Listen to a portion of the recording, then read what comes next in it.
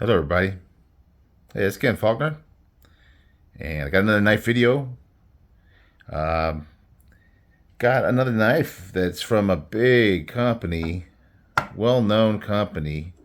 One of those companies that I know I have spent a lot of my knife collecting time wanting to get. And I did get this one a while back, and I've showed this to you. And you should know it, hopefully. XM18. It's a classic. And it was a grail for me. Boy, I was just kind of watching as these things become available and or not available or whatever. It's one of these knives that was elusive. It's like having the money to spend on it versus, you know, do you want to spend that much money on a knife? That kind of thing. And I did get a sweet deal. This is a used knife. Actually, both of these are used. Um, you know, I tend to I haven't like bought from Blade Bench or anything like that. I'm really close. So I know I'm going to do it eventually. I think that's a really good website site, but this is always from like friends. Usually people, both of these for people in the community, um, and they come up available, and it's a sweet deal. So I just can't turn it down. So this XM18, and you can see the steel. They don't hide it. It's not that small writing where you can't tell what it is, and you know who it's from. They're letting you know. They're even letting you know that it's got the tri-way. It's got the if you're not familiar, the tri-way means that they have three different types of pivots that you can do. You can go to bearings or you can go to washers. Um, I guess there's two different types of washers that you could do. I'm on the bearings. I'm kind of a bearing guy, really. I mean, definitely, phosphor bronze washers are great, and especially once they wear in. But for the most part, I'm more of a bearing guy. I have to admit, you guys that are hardcore washer guys, don't judge me, please. Like I say, I do like the washers as well. And I got another one. And if you don't recognize this one is the Project X, and it is all messy. Let's clean that guy up because it's in that beautiful Magna cut, and it's got this very cool titanium milled uh, face with the lock in it, and it is very cool looking. And it's got a drop point. I love. I mean, this is like a clip point. This is the drop point. So I love both these knives. It's kind of funny to me how much more I was excited about this one. Maybe it's because it's my first from Hinderer. Maybe it's because it's that XM 18 that it's either the 18 or the 24. I was always kind of looking out for. I do really like this one. For one thing, it does have thumb studs, so I can get that middle finger flick. That's kind of a big deal to me. This one does not. I suppose this is something that you could put a thumb stud in. It seems like you could do it. I haven't quite got to the point of doing something like that, but I don't mind a flipper really. It's not the end of the world for sure. Sometimes I'll take it and kind of pinch it like this, and then I'll do a little wrist thing. Not too hard. You don't want to go too hard on that, right? But I'll pinch it out and then I'll do a little flick, and that as an option for opening. But yeah, and this one's got that tri-way as well. And yeah, both very cool knives. It's kind of surprising to me that I'm so much more excited about this knife. Now there is this micarta scale. I think that's not standard, or maybe it's just like an upgrade type thing. But it feels really, really good. And this is the ergos of this knife for me, because it does have that Ford choil. The ergos for this one, and just the feel, especially the difference between this micarta and this G10. Now the G10 does have great grip. I mean, it's not going to slip on you. My Carta's got its standard kind of grippiness to it, which I really like.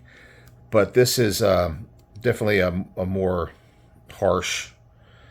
The corners of it are a little bit sharper, whereas this one's just a tad bit smoother on the corners.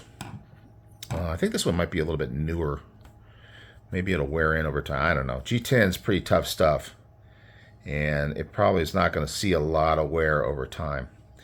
Now, the one thing about the Project X, another thing you may or may not be aware of, is this funky little tool here that you can pull out. It's like all spring-loaded, and it goes into this huge, almost pivot-sized, pretty much is pivot-sized because it's got the same hardware on the pivot and this back spacer. And then it's got this other pin here, and you just you push it in, and the spring holds it into place. But this is a tool that you can, and if you look at the way this hardware is done, it's interesting because it has that middle hole.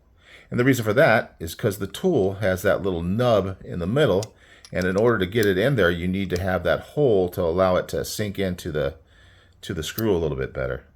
So this has got the same thing, and so does this one. That little nub there is for the screws for the clip, and it works for that, and also for the see, does it work for? I don't think it actually works for the steel insert, the lock bar insert. It doesn't actually work for that. That surprised me. I had to do this video to figure that one out. I'm sure if I get another size Torx, it fits that, but this one does not. But I mean, I think this is really just for assembly, disassembly, if you need to, on the go. I just got that little tool, little funky tool. I don't know, maybe you can open a bottle with that thing? I don't know. But no, actually that's what clips in. So when it springs down, then you're clipping that into that little bar there. And there you go. And it stays in place. It doesn't, you don't notice it, you don't feel it. It's definitely, if you didn't even know it was there, you probably wouldn't even think about it. But it's kind of a cool feature. So Project X. I think it's a hard knife to get a hold of, from what I understand, and pretty valuable as far as the secondary market.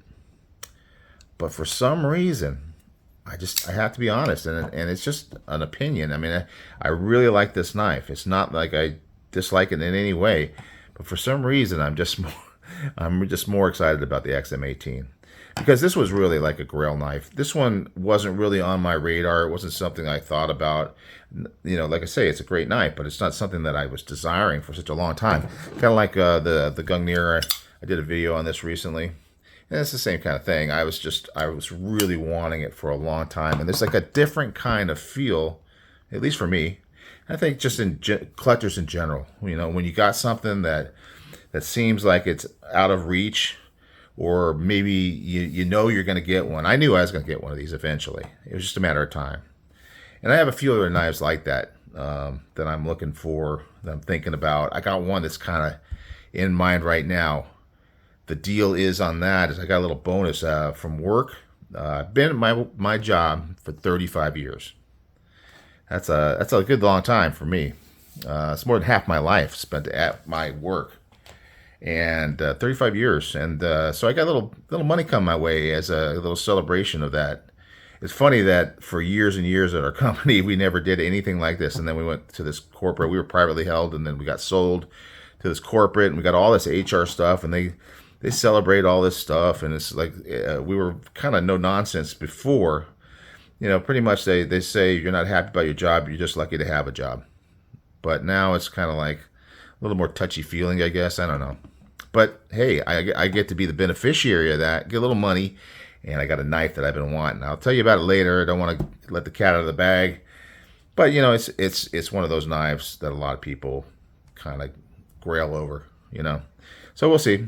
Anyway, I just want to show this one. I even though I'm saying that I got more emotional content behind this guy, I still love this knife. This is a great knife. Nice big knife.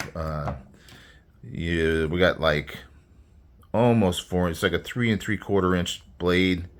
I mean, big monster handle. Fits my hand. I don't need any forward choil really for this one because it's big enough back here. It's got a great flare back here, so you're not feeling that little slip off in the back. I don't really have a problem with that on here because I got this kind of choil area here, and if I come up here, it's definitely locked in. But yeah, you got that flared place right here that really locks you in. So anyway, yeah, a couple of hinderers. Two different steels. This is more old school, that M390. This is more new school. The Magna Cut, I think they're using a lot more of that nowadays. So it's definitely fun. I'm definitely enjoying both of these knives. Anyway, wanted to share that with you, my whole experience. Don't judge me. I love both these knives. Definitely, I think a lot of people would be, happy to own one. And I know I was, up until the point where I had the opportunity to pick this one up, of the Hinderer knives. Now you got a guy like the Hinderer collector, and he's probably got like 40, 50 of these things. It blows my mind. But I'm happy for him. I'm happy for me. And I hope you guys having a good weekend. Well, actually, this will probably play during the week. So hope you're having a good week. And I will see you on the next one.